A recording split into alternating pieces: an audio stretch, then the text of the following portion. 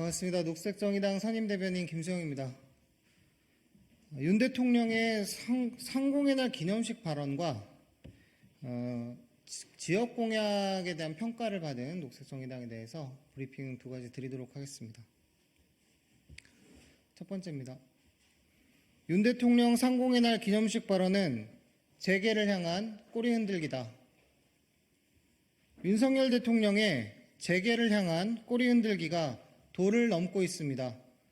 어제 제50일의 상공의 날 기념식에서 소유와 경영 분리는 우리 기업에 매우 비현실적이다.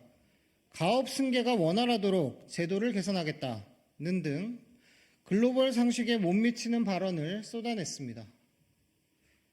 오너 경영이 주를 이루는 우리나라 기업 지배구조의 후진성은 코리아 디스카운트의 주요 원인으로 꼽힙니다. 거수기로 채워지는 이사회와 전문성 없는 경영으로 인한 경쟁력 약화가 대한민국 기업의 매력을 떨어뜨리고 있습니다. 대통령은 자유시장 하는데 대체 어느 나라 자유시장이 가업 승계를 옹호한단 말입니까? 2016년 세계 10억 달러 이상 부자 중에 상속자의 비율이 30%인데 대한민국은 2배가 넘는 74%였습니다.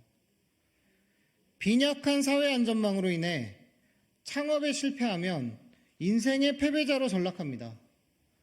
성공해도 대기업의 기술 탈취나 흡수, 단가 후려치기에 고통받습니다. 이런 현실 속에서 청년들이 꿈꿀 수 있는 자수성가의 길이란 게 부동산 대박, 주식 대박, 코인 대박밖에 안 남은 것 아닙니까? 이런 문제가 오너 경영, 가업 승계로 해결이 됩니까? 더구나 노동시장은 유연화와 직무급제까지 언급했으니 노동자는 경쟁하고 기업가는 안정하라는 것입니까? 이게 윤석열식 공정입니까? 대한민국 경제가 지지부진한 이유는 상속이 어려워서가 아닙니다. 지도자들이 무능하고 효력이 다한 구시대 경제정책을 고집하기 때문입니다. 녹색정의당은 윤석열 대통령의 엉터리 경제관에 맞서 싸울 것입니다. 불안한 노동자들에게는 안정을, 금수저물고 난 기업가 2세들에게는 경쟁을 재촉하겠습니다. 두 번째입니다. 기후에 이어 지역공약 평가 1위를 받은 녹색정의당. 국민의힘과 더불어민주당, 거대 양당의 공약에 지역균형 발전은 눈을 씻고 봐도 찾아볼 수 없습니다. 안타깝습니다. 녹색정의당은 대한민국을 거대한 서울공화국으로 만들려는 양당의 담합에 함께하지 않겠습니다. 지역 소멸을 막고 지역을 살리는 공약을 내놓은 유일한 정당, 그 자리를 지키겠습니다. 한겨레가 전문가들과 함께 주요 정당들의 공약을 분석한 바에 따르면 양당의 지역균형 발전 공약의 실상은 수도권 쏠림을 가속화하기 위한 정책뿐이었습니다. 국민의힘과 더불어민주당이 공약한 이른바 지역균형 공약 면면을 보면 전국 주요 권역 광역 급행열차 도입, 광역행정청 설립, 철도 지하화, 세컨드홈 활성화 등입니다. 겉보기엔 교통공약이고 듣기에는 좋아 보이나 실체는 수도권 중심 정책입니다. 국민의힘과 더불어민주당의 지역균형 발전 공약은 곧 부동산 개발 정책과 다를 바가 없습니다. 지역 자체의 내부 교통망 확보 없이 광역 간 교통망을 활성해봤자 지역은 살아날 수 없습니다.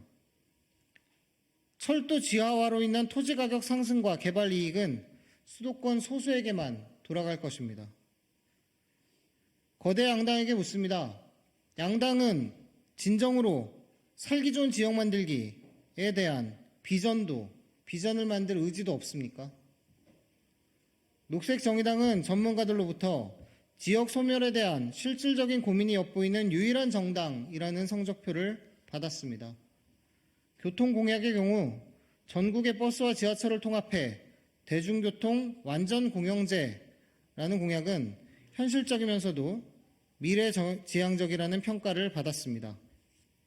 전문가들은 특히 지역순환 경제를 달성할 지역공공은행 설립, 지역순환 경제 5법, 지방교부세 법정률 상향 공약에 대해 지역에서 만들어진 부의 타지역 유출을 줄이고 지역 활성화와 다양화를 도모할 것이라며 호평했습니다. 녹색정의당이 자신있게 국민들께 내놓은 지역균형 발전 공약들입니다.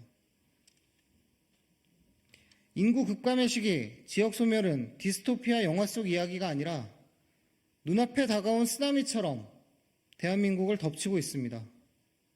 녹색정의당은 현실에 발을 디딛고 현장에 기반하여 시대를 내다보고 대안이 되는 지역 살리기 정책 마련에 앞으로도 최선을 다하겠습니다.